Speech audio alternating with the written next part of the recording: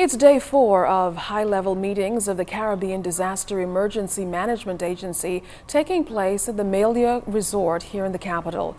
Today's session was focused on investing in disaster risk management, lessons in understanding risk, a topic most timely to keynote speaker, Dominican Minister of Justice, Immigration and National Security, the Honorable Rayborn Blackmore. His country remains in recovery months after being severely hit from Hurricane Erika.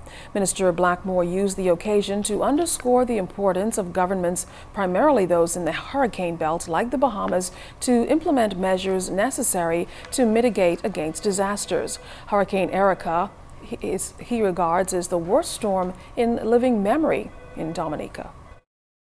Tropical storm Erika impacted Dominica, producing very high rainfall, measuring above 12 inches over a 6-hour period of time. And of course, given the topography of our country, and already saturated from the previous tropical weather system a week before, the heavy, intense rainfall resulted in flash flooding throughout the island.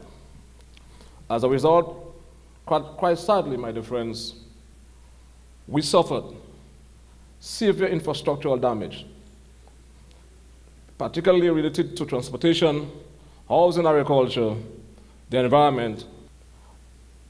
Approximately 98% of the country's gross domestic product was totally washed away in a matter of hours. Now today, Minister Blackmore says people are living in shelters and the cost of rebuilding has been pegged by the World Bank as in excess of $1.5 billion. The Bahamas is sharing a similar experience. Here at home, the recovery effort continues in the aftermath of Hurricane Joaquin, which has left a multi-million-dollar rebuilding price tag. Nevertheless, moving forward, Minister Blackmore says Hurricane Erika has been a lesson which his government will demonstrate with the proposed measures it intends to implement. Going forward, therefore, emphasis has to be placed on building back better in all areas of development.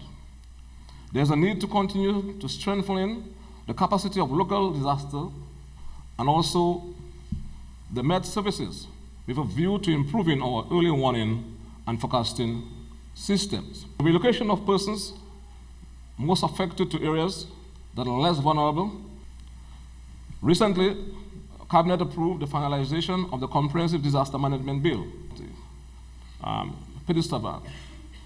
Persons had to be evacuated, everybody. And it was a very, very challenging situation for us. But a number of things we ask people to do is more or less voluntary. So you have no legal facility to compel people to comply.